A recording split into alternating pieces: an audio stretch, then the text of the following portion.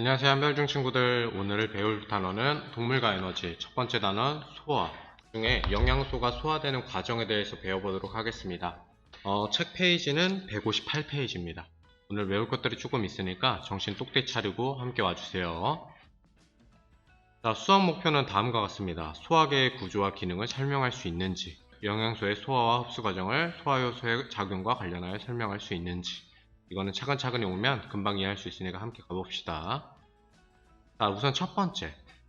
자, 단백질을 몸속으로 흡수하려면 어떤 소화효소가 필요할까? 아직 소화효소를 제대로 배우지 않았으니까 모르는 게 당연한데, 여러분들이 입으로 씹고, 그 다음 몸으로 소화시키고 흡수하는 과정, 이거를 소화 과정이라고 하잖아요. 그런데 소화가 뭐가 중요하냐면, 자, 여러분들이 어느 날 갑자기 입으로 씹기가 너무 귀찮아. 너무 귀찮아가지고, 그냥 케이크 같은 걸 먹다가, 오늘은 너무 귀찮다고 피부로 막 밀어 넣어. 피부로 밀어 넣으면 여러분들 몸속에 흡수가 돼요? 아니지, 여기서 으깨져 없어지겠지.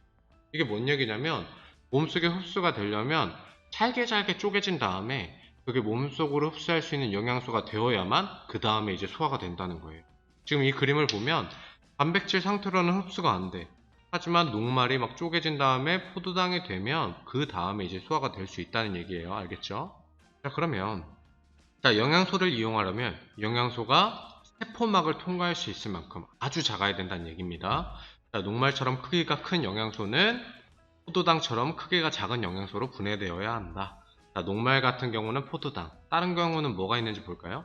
자, 녹말은 포도당처럼 잘게 쪼개져야 된다. 단백질은 아미노산까지 잘게 쪼개져야 된다. 지방은 지방산과 모노글리세이드 정도가 되어야 그 다음에 흡수가 가능하다.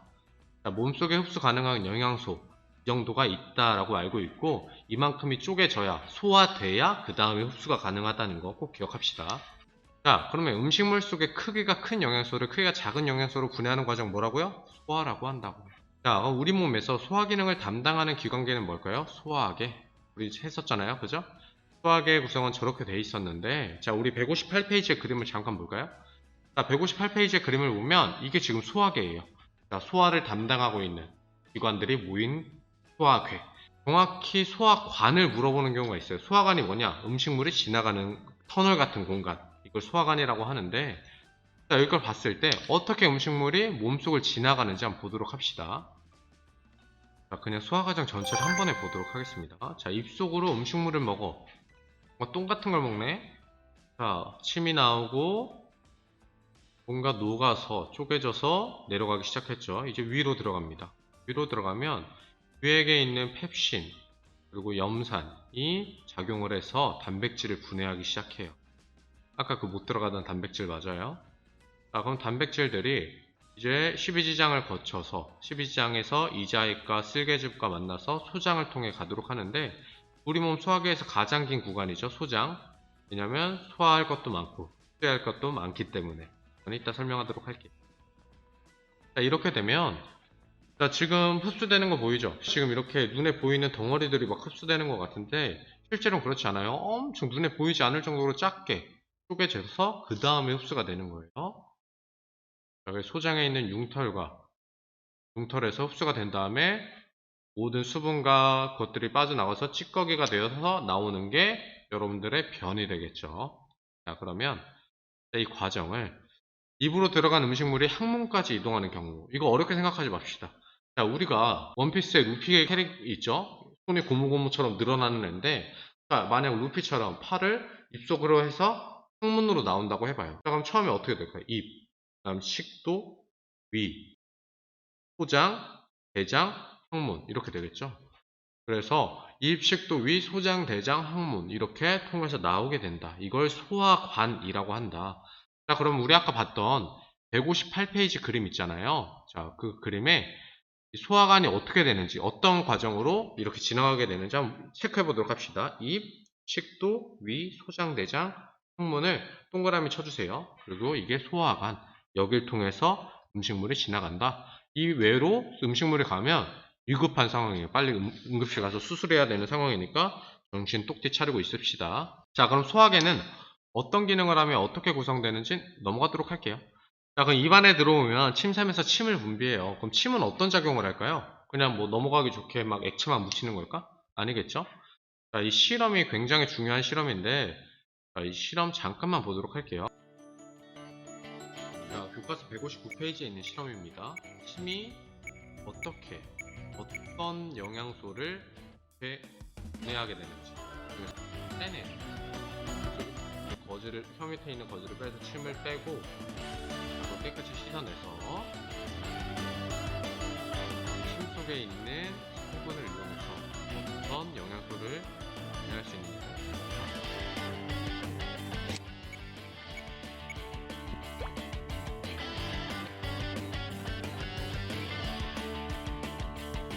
비교군이 필요하겠죠? 증류수가 넣는 것도 있고 침이 섞인 것을 넣을 수도 있을 거예요. 침을 B에 넣어야 되니까. 그럼 이 두 가지를 비교하면 침이 넣었을 때 뭘 분해할 수 있는지 구분할 수 있겠다, 그죠? 자, 여기서 35도에서 40도씨의 물에 넣는다는 건 여기 이 침의 안에 있는 효소, 녹일 수 있는 효소를 좀 더 활성화시키기 위해서 그렇게 돼요. 물이 체온이랑 비슷한 온도죠. 10분이 지나게 두면, 자, 이제 이용해서 다시 빼서 우리가 이전 시간에 배웠던 영양소 검출 시약들이 있죠. 그걸 이용해서 이제 검출해 볼 겁니다.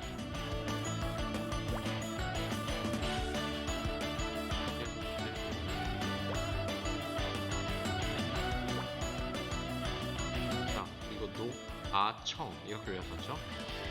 원래 이렇게 갈색인데 녹말이 함유되어 있으면 그 청람색으로 변하게 되죠.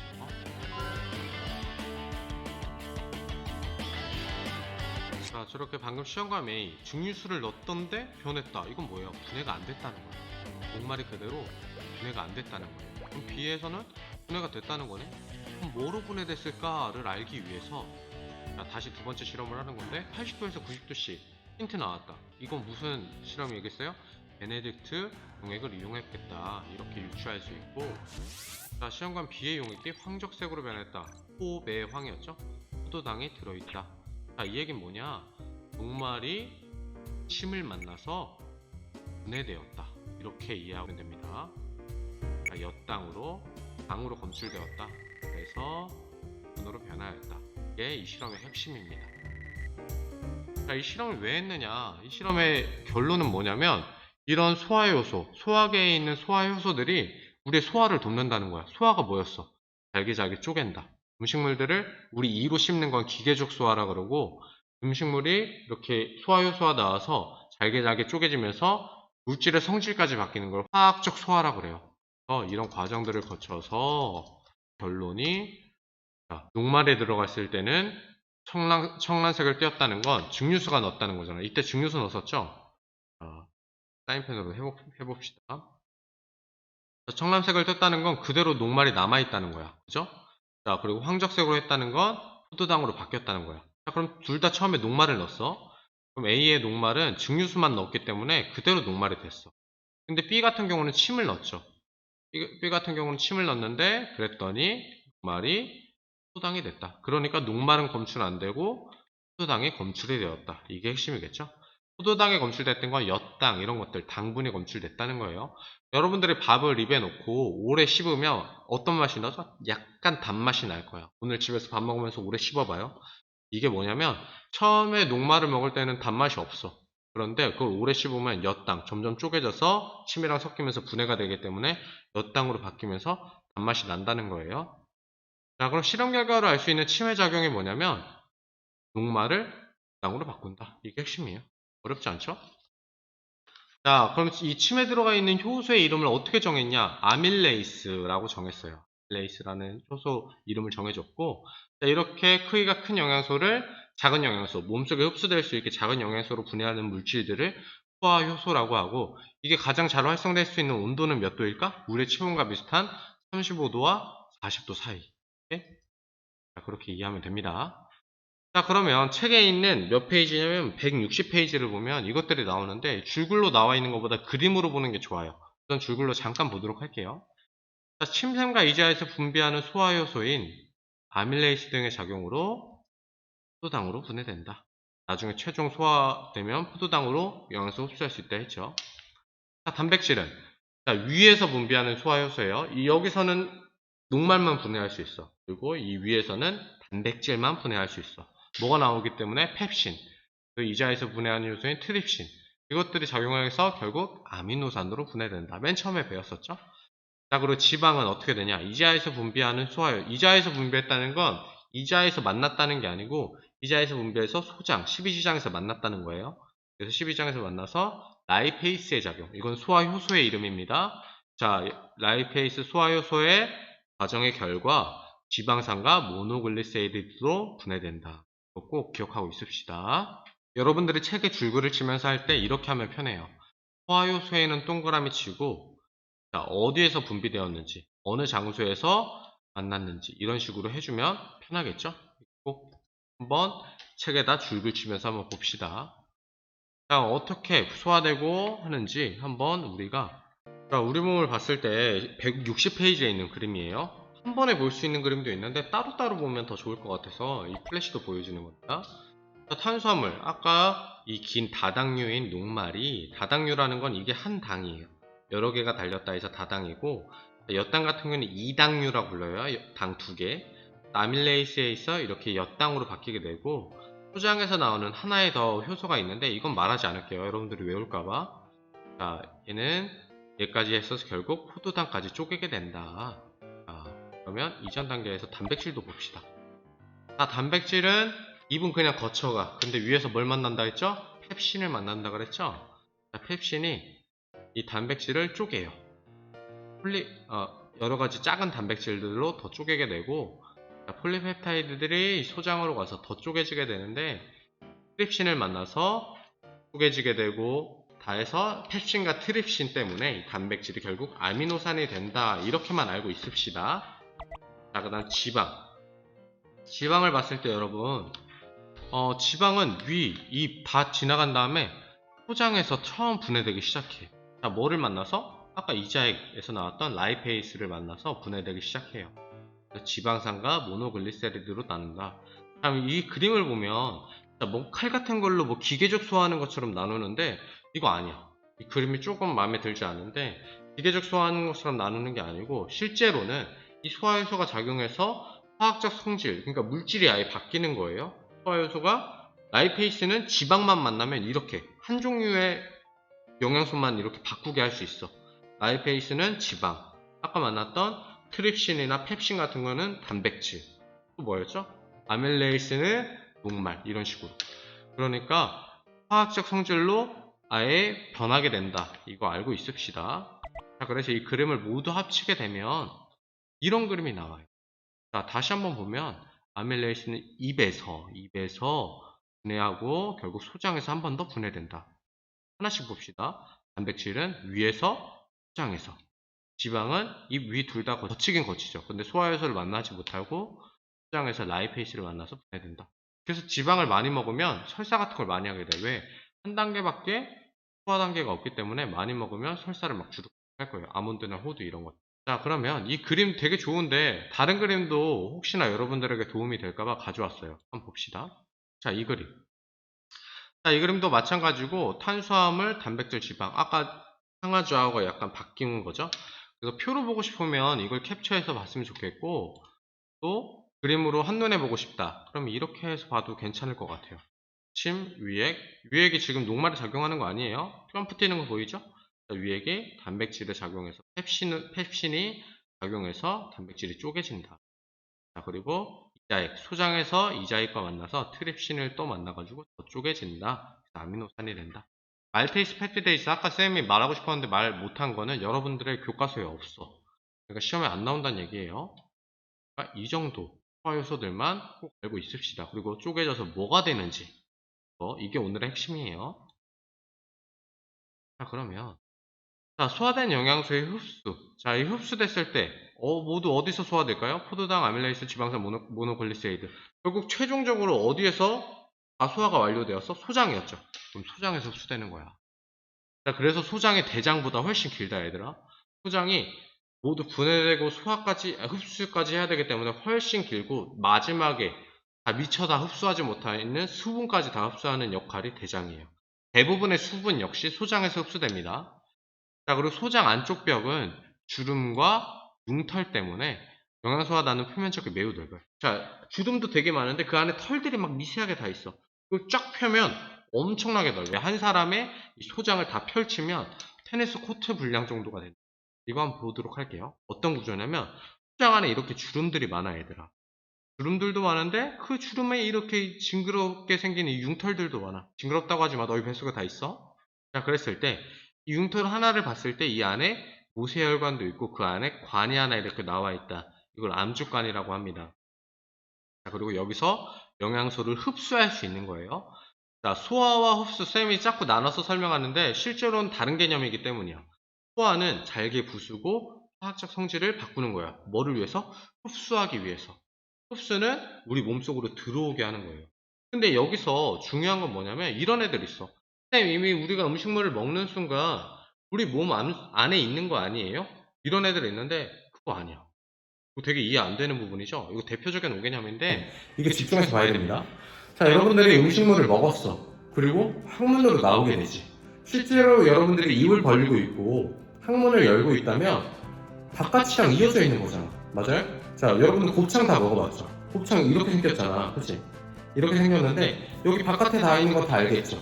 그런데 이 관을 보면 이 관 내부도 바깥이랑 다 있는 거잖아. 맞아? 맞죠? 바깥이라 볼 수 있겠죠? 음식, 아까 소화관도 마찬가지야. 입, 위, 식도, 소장, 대장, 항문. 이것도 사실은 우리 몸 여기만 바깥이 아니라 입 안쪽부터 식도, 위, 소장, 대장, 항문까지도 바깥이야. 왜? 바깥이랑 이어져 있잖아. 항문까지. 그렇지?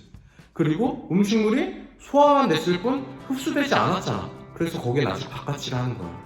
그래서 흡수의 개념을 정확히 알려면 음식물이 쪼개지는 건 소화구나. 그리고 실제로 내 몸에 흡수되는 건 소장에서 잘게 쪼개진 영양소들, 아미노산, 지방산과 모노글리세리드, 그다음 포도당 정도 돼서 흡수되어야 진짜 내 몸에 들어온 거구나. 이게 흡수구나 라고 정확히 이해하고 있어야 됩니다. 자, 그럼 융털로 흡수된 영양소는 심장을 거쳐 온몸으로 옮는다. 이렇게 흡수된 영양소는 다 심장으로 가서 왜 심장으로 갈까? 우리 몸에 흩뿌려져야 되잖아. 그래서 움직이기도 하고 세포로 들어가서 다시 세포를 구성하기도 하고 이런 생명활동을 하는 거예요. 자, 그리고 대장에서 소화작용에 거의 일어나지 않고 주로 뭐가 흡수된다? 물이 흡수된다.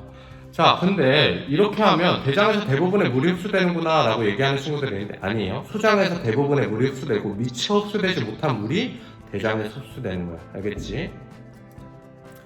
자, 섭취한 음식물에 들어있는 크기가 큰 영양소를 작은 영양소로 분해하는 과정. 이제 여러분들 얘기할 수 있겠죠. 뭐예요? 소화. 아이고 좋아. 자, 그리고 이 기능을 담당하는 기관은 얘는 소화계다. 자, 소화효소 중 뭐가 분해해? 녹말을? 입에서 아밀레이스가 녹말을 분해하고 펩신은 뭐를 분해해? 트립신과 함께 단백질을 분해하며 라이페이스는 지방을 분해한다. 자, 소장 안쪽 벽은 주름과 뭐가 많다고 했어? 털들 막 있던 거. 이 털 이름 뭐였어? 융털이었죠? 자, 융털이 많기 때문에 표면적이 매우 넓다. 자, 그래서 표면적이 넓기 때문에 음식물이 지나가고 소화되고 흡수할 수 있는 기회가 많겠지. 오케이? 자, 사람의 소장은 대장보다 길이가 훨씬 길다. 자, 왜 소장은 아까 대장보다 훨씬 길다 그랬죠? 자, 중요한 거. 사람의 소화 과정은 대부분 소장에서 이루어지고 흡수까지 소장에서 대부분 이루어지기 때문에 소장이 훨씬 길게 설계되어 있다. 좋죠? 자, 다음 시간에는 이렇게 소화된 영양소가 심장으로 가고 순환한다 그랬잖아. 이 순환에 대해서 한번 배워보도록 할게요.